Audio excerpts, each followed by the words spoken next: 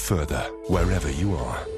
Sky Sports F1 coverage sponsored by the FairFX currency card. Hello and welcome to the Smart Travel Notebook from Baku, Azerbaijan, your essential guide to one of Formula One's more exotic locations. And we've come out of the Formula One area onto the top of the Hilton Hotel, which really has the best, more or less 360 panoramic view of Baku, to tell you all about this place, how to get here and what to do around here and why you might think that it's worth a trip down here. Well, it's probably best to explain where in the world we are, first of all. So I'll show you on a map, see how close you can get in here, Bob. So we are, of course, there you can see on the Caspian Sea. Have I angled that down all right for you? Yeah, that's all right. Hopefully you can see. Good. Okay, so to the east of us is Turkmenistan, and then you get to Afghanistan, and then eventually you get to Pakistan, India, and China. To the north of us is Russia. To the south of us is Iran, and to the west of us is Armenia, Georgia, Turkey, and Europe. And then eventually you get to the UK. So you see where we are. We're kind of in what you call Middle Asia, or really the middle of the world, and it's an oil city, and that means that it's well served by airlines. BA doesn't fly here anymore from Heathrow or Gatwick. They dropped the route just before the race happened, helpfully, but you can get here from by Azerbaijan Airlines. I think they don't have a daily route, but they do have maybe the occasional service in terms of days of the week from Heathrow. Certainly I took it when I came out here a couple of years ago, direct to Baku, but it is an overnight flight. Otherwise, you can get here Lufthansa via Frankfurt. I came out Lufthansa, very good, and I think there might be an Air France service as well. Turkish Airlines is a very often used route. If you can get some cheap deals on Turkish via Istanbul as well. Aeroflot via Moscow. Qatar come here. If you want to take a trip via the Middle East and maybe a holiday out there, you can come here via Qatar. It's a bit of the long way around to get here from the UK, but if you want to fly from some of the regional airports, maybe via Dubai as well, you can do Emirates from a regional airport in the UK to Dubai, and then there's a Fly Dubai flight out here from Dubai to Baku. So seeing as it is a big oil city, there are a lot of BP has a big oil field out here, so there are a lot of people, UK people, who come out here for work. So you might be able to get a good flight out here. You do need a visa. It's an e-visa to get here, but it's very easy. It's one of the easier e-visas that we need to get to actually get here. So it's quite easy. And when you see the airport, we can't see the airport from where we are up here, but it's kind of that away. It's amazing, a lovely, beautiful new airport, thick pile carpets and everywhere, and wood. It's quite beautiful. Puts anything we've got in the UK to shame, actually. Lovely new airport. Getting around, we can't see it from here, but there are some London taxis around.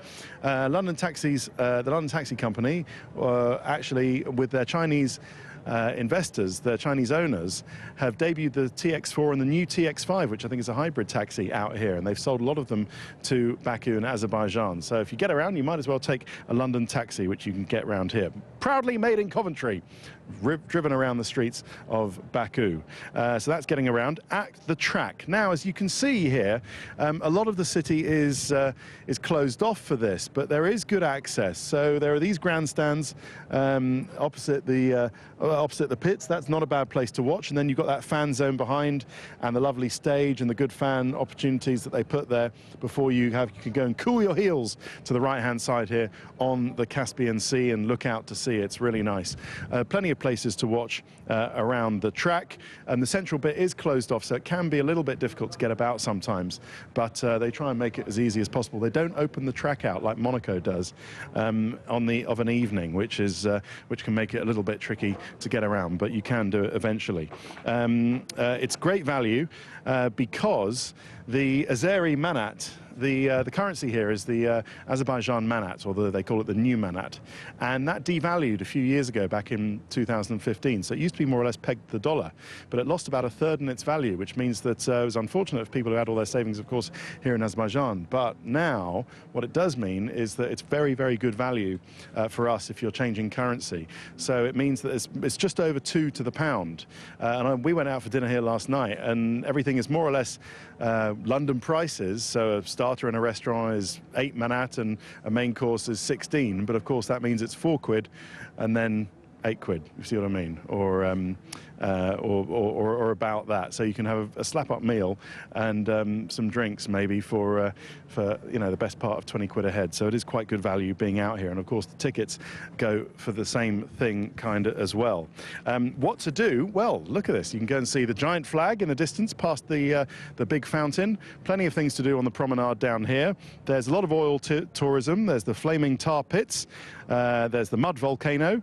There's the flaming tar pits. There's what they call the eternal flame. It's actually sort of natural gas just escaping out of the ground, and they keep it permanently alight. So it looks pretty good during the day and during the night. And then there's the old town as well, and we can see that from where we are down here as well. Absolutely beautiful. You can buy some fantastic sort of chintzy mementos down in the old town. Just down there you can just see where the low-rise buildings are. That's the old town down towards the Maiden's Tower, and just beautiful down here. Now, where to stay? We are in the Hilton, so you could stay here. The Park Inn is just below us. Then you've got the JW Marriott Absheron, which is that building that we just started on, just over the top there. Or there's the Landmark behind us as well. Plenty of higher cost, and they're Four Seasons, of course, just down there with the green rooftops. Can you see down there, Bob, with the green rooftops just before around the last corner of the track before they go down to the straight. So that's a very swish place where all the team bosses, Nicky Lauda and Bernie Ecclestone, etc., stay. Where to eat? There are lots of places. There's old style. There's a Russian place down here. It's called the Marivana. It's not so bad. And then if you like your steak, there's a place called Paul's Steakhouse Baku, which is very good as well, or you can just go for a quick kebab. Where to drink? Now, you've got to be aware, if you do come here, that this is a fairly conservative society. So a lot of restaurants do tend to be dry. You can have a drink in the hotels, but my top tip is that this is not a party city. So if you want to come here and chat up members of the opposite sex and, have a good time, it's probably not the place to do it. Go to somewhere like Budapest if you want a bit of a party city, because you need to come here, you need to be a bit more respectful and respect the way that they've got a bit of a conservative society here. It's not a party city. Don't get drunk in public and don't get in trouble with the police, because you'll have problems. And the other thing to avoid, don't take pictures of the presidential palace, which is somewhere over there. I can't tell you exactly where it is because we're not meant to take pictures of it, so we won't. And that is pretty much it. So as I say, one of the best value races on the calendar. You can live like a king on a few quid, and you can also ace your local pub quiz. If they finish with a killer question of what is the local currency in Azerbaijan, you now know it is the manat. And if there was any reason for this Smart Travel Notebook, it's to give you that kind of information. Anyway, thanks for watching. See you next time. Bye-bye.